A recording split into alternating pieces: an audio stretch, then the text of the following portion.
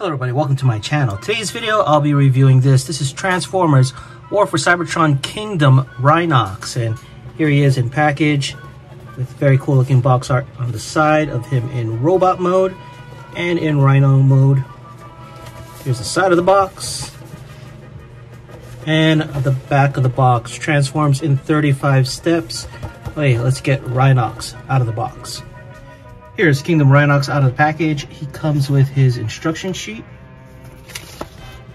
2 hand weapons, reminiscent of his original weapons from the show, but very much lacking. At least the paint detail on them is pretty nice, but from the side, they look like handheld fans, and this will need some upgrading to do.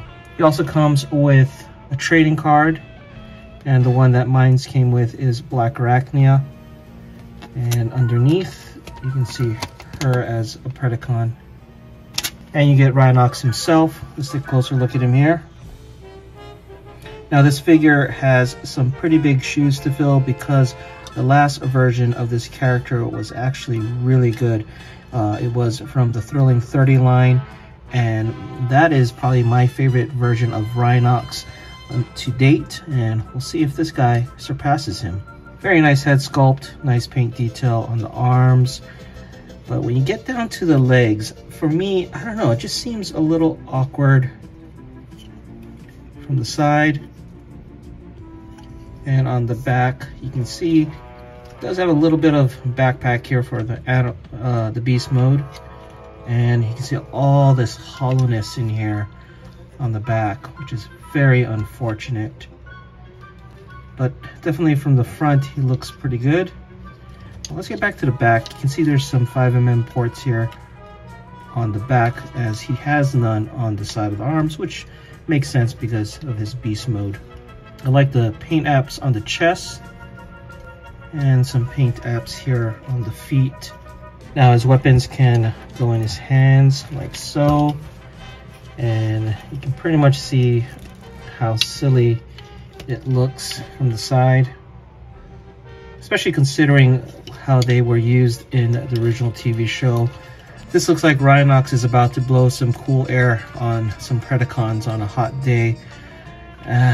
Really not liking how small or stubby they are. Now the cool thing about the guns, well, probably the only cool thing about the guns, is that they can store on his back. There's little 5mm ports here, so that's kind of neat. Now I do have the Thrilling 30 version.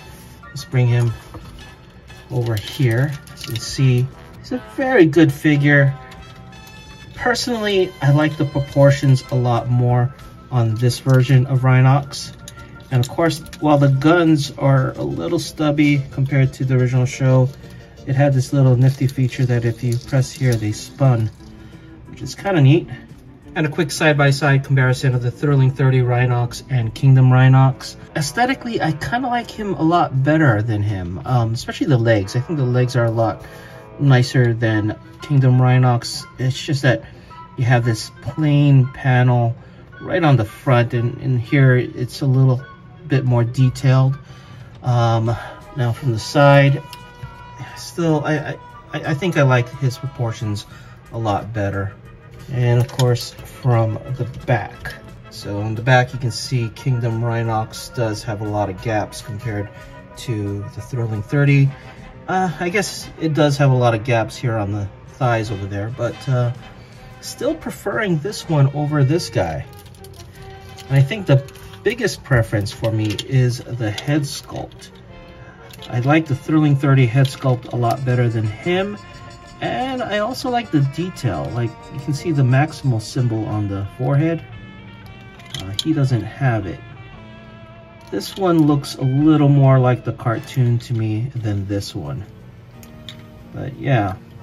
Now, if you missed out on the Thrilling 30 version, they used to not be too expensive, but lately they've been going up in price on the secondary market, so kind of glad I got mine way back when. Moving on to articulation for the figure, the head is on a ball joint and can rotate and tilt around. You can rotate at the elbow. You can bend at the elbow this much, no wrist rotation. I don't know if you want to count this as a butterfly joint. You can rotate at the waist this much. You can do the splits. You can rotate at the upper part of the knee. You can kick this far up, this far back. You can bend at the knee this much, and he does have ankle tilt. And for some size comparisons, here is Rhinox next to Kingdom Optimus Primal, Kingdom Cheetor, the Netflix version, and Kingdom Rat Trap. Okay, let's get Rhinox transformed into Beast Mode.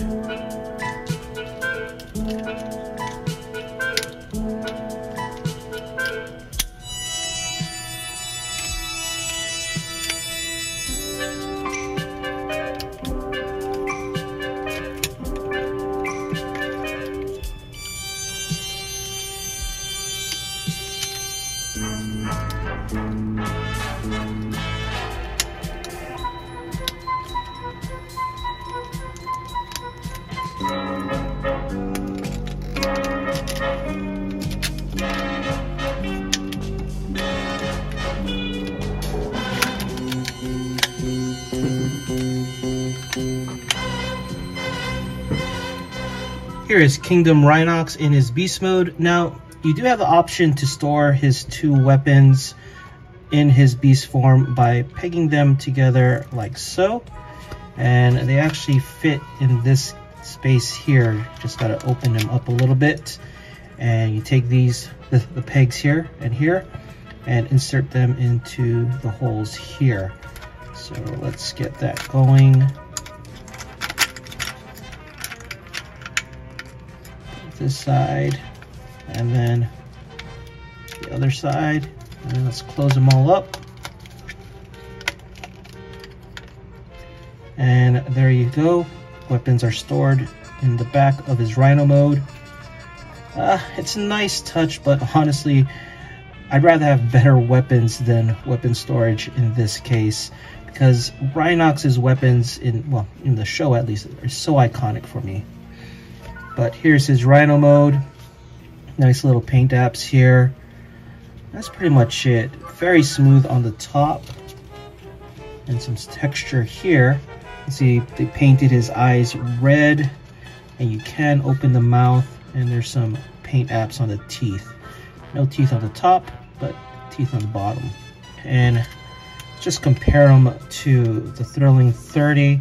I don't know, it's kind of a toss-up for me between the Thrilling 30 and the Kingdom. Now you can see there's lots of gaps here on the hind legs in Rhino Mode, and then of course you can see this little gap here, mainly due to the transformation and of the hands. Now in Beast Mode you don't get any articulation with the Rhino limbs at all, so really the only piece of articulation is with the mouth. But still, overall, very nice looking Rhino Mode.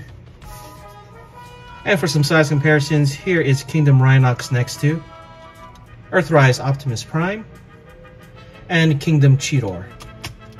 Okay, let's get Rhinox back to robot mode for my final thoughts. So my final thoughts on Kingdom Rhinox. Overall, it's kind of mixed, and it's probably because of this guy, the Thrilling 30 version of Rhinox. It's such a good figure, and it's so hard not to compare the two. Now, if I didn't own this, I think he'd be a perfectly acceptable version of Rhinox. Definitely a lot better than the original Rhinox that came back in the 90s. My biggest issue with the figure, besides the gaps here, is really the guns. The guns are just too small. Looks like tiny handheld fans that you would hold on a hot summer day.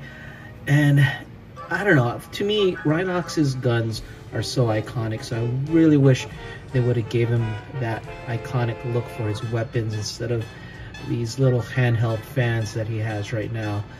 But other than that, I think is a great figure. Again, it's really hard to top this.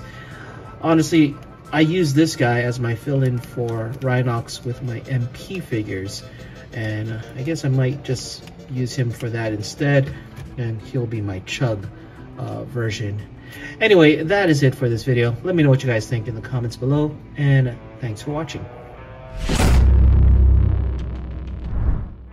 If you enjoyed this video, please give it a like and subscribe. Follow us on social media and check out our Discord. Links in the description below.